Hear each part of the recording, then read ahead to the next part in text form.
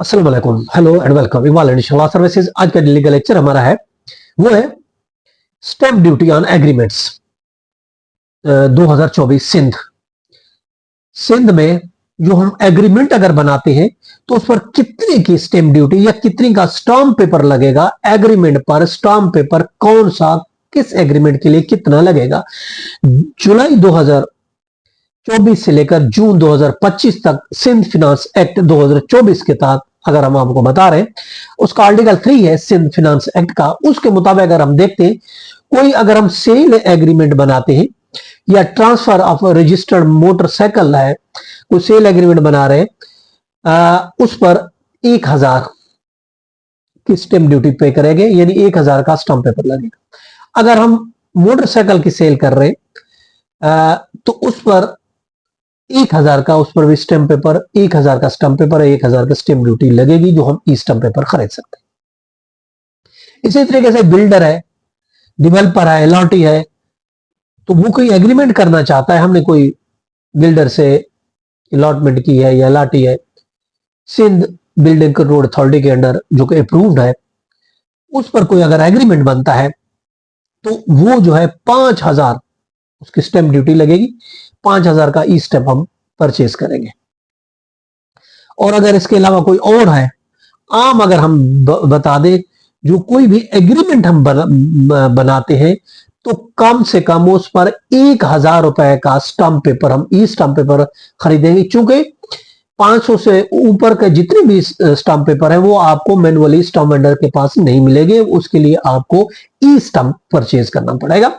अगर 200 रुपए, कम से कम 200 रुपए आपको स्टाम्प वेंडर से मिल जाएगा, मगर उस पर वैल्यू 1000 है। एग्रीमेंट आप करें तो एग्रीमेंट पर जो वैल्यू आपकी लगेगी, स्टाम्प ड्यूटी लगेगी, स्टाम्प पेपर लगेगा, वो है 1000 रुपए का। वो आप ई स्टाम्प पेपर आपको ई स्टैम्प .gos.pk पे आप जाएंगे, जनरेट करेंगे, आप ऑटोमेटिकली आप पर्टिकुलर डालेंगे, जनरेट हो जाएगा। वो आप नेशनल बैंक में या फिर सिंध बैंक या फिर पंजाब बैंक में पे करेंगे, वहीं से आपको ई स्टैम्प पेपर आपको मिल जाएगा। इसी तरीके से अब तो जो एयरलाइन है, अगर आप टिकट खरीद रहे हैं उस पर भी आपको ड्यूटी पे करनी पड़ती है। यू नो कि अगर आपने डोमेस्टिक टिकट लेने हैं तो 50 रुपए की, अगर इंटरनेशनल है तो 50 रुपए की, ये भी एक स्टैम्प ड्यूटी देने पड़े। अब इसी तरीके से कम देखिए, अलॉटमेंट ऑर्डर है, अगर अलॉटमेंट ऑर्डर होगा तो वो जो है 500 रुपए के पेपर पर, स्टाम्प पेपर पर इशू होगा, या उस पर स्टाम्प ड्यूटी 500, बाकी जितनी भी है उससे सब अबव होंगे। अगर हम देखते हैं पार्टनरशिप, डेजुलेशन ऑफ पार्टनरशिप, अगर हम कहते हैं पार्टनरशिप अगर हम बनाते हैं तो ऑफकोर्स उसके लिए 1000, अगर डेजुलेशन ऑफ पार्टनरशिप है तो उसके लिए 5000 रुपए का ई स्टाम्प पेपर परचेज करेंगे। उस पर डेजुलेशन ऑफ पार्टनरशिप हम जो है वो ड्राफ्ट कर सकेंगे अंडर सेक्शन 24A के तहत।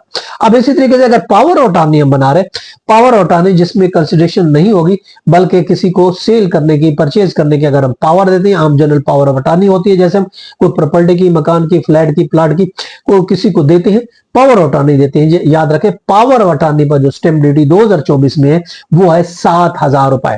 7000 का भी स्टैम्प पेपर परचेज करके उस पर पावर ऑफ अटॉर्नी हम बना सकते हैं, बनाकर रजिस्ट्रार के पास रजिस्टर कराएंगे तो उस पर स्टैम्प ड्यूटी है 7000 रुपए। अब इसी तरीके से अगर ऐसी हम पावर ऑफ अटॉर्नी बनाते हैं जिसमें कंसिडरेशन भी दी गई है, वो पैसे भी हम पे करें, तो उस सूरत में उस पर सेम स्टैम्प ड्यूटी होगी जो कि कन्वेंस डीड पर होती है। और बाकी जितने भी केसेस है, कोई पावर ऑफ अटॉर्नी बना रहे हैं, सेल एग्रीमेंट बना रहे हैं, तो कम से कम याद रखें उस पर ई स्टाम्प पेपर हमें खरीदना है 1000 रुपए का, 1000 की स्टाम्प ड्यूटी लगेगी। ये था हमारा आज का लेक्चर। इसके साथ इजाजत का, फिर मिलेंगे। Have a nice day. Allah Hafiz.